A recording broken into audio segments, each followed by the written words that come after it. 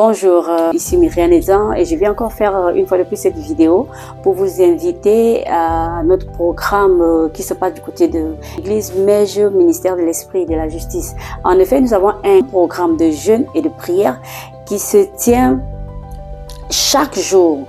Chaque jour, nous nous retrouvons souvent lundi, mardi, mercredi et puis vendredi de 18h à 19h. On se retrouve pour des temps de prière. Et la journée de jeudi, par contre, à partir de 17h30 jusqu'à 19h30, nous passons un culte et après nous enchaînons directement aussi avec des temps de prière.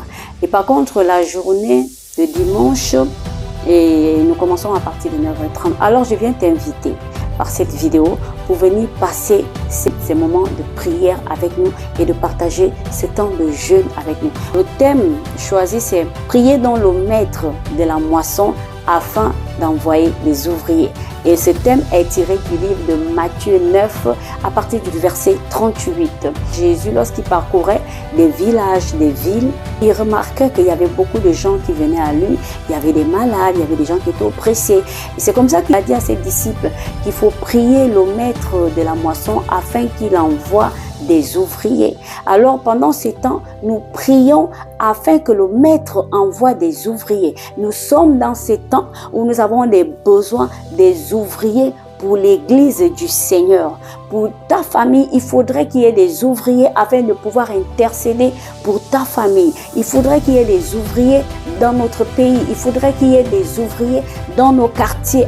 Et si Jésus lui-même a donné ses recommandations et nous devons obéir afin que les ouvriers soient assez nombreux parce que la moisson est très grande. Les ouvriers, ce sont des personnes qui travaillent pour l'œuvre de Dieu, pour l'avancement de l'œuvre de Dieu.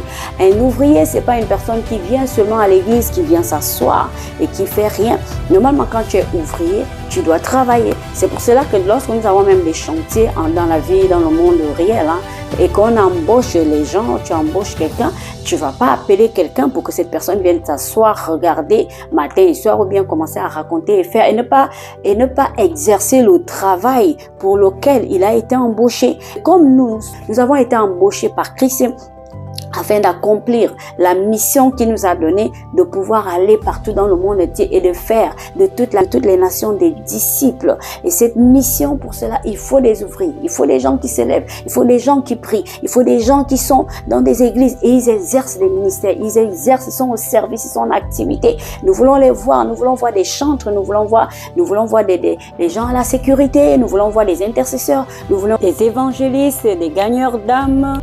Nous voulons voir des gens travailler. Nous voulons voir des diacres, des collaborateurs qui conduisent l'œuvre.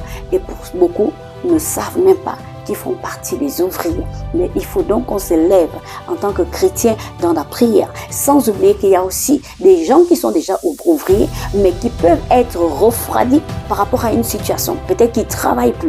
Peut-être bien la personne est déjà la lourdeur, la fatigue. Et c'est pour cela qu'il faut se mettre dans des temps de prière afin que la mission que Dieu nous a donnée, nous puissions l'accomplir. Alors je viens à travers ce programme t'inviter. On se retrouve chaque soir. Nous sommes situés du côté des chantiers modernes. Tu peux revenir de dragage ou bien tu peux revenir de Fin-Goudron. Nous sommes situés de part et d'autre, entre 200 ou 300 mètres. L'église est dirigée par le bishop Sylvain Edan.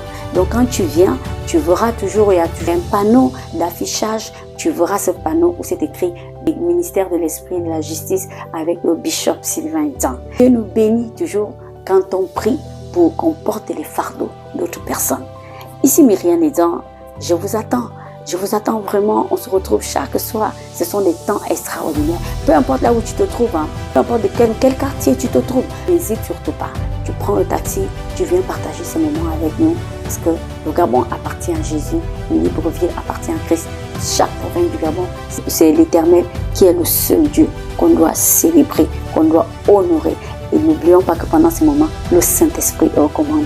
Vous êtes avec Myriam Nezan, soyez bénis.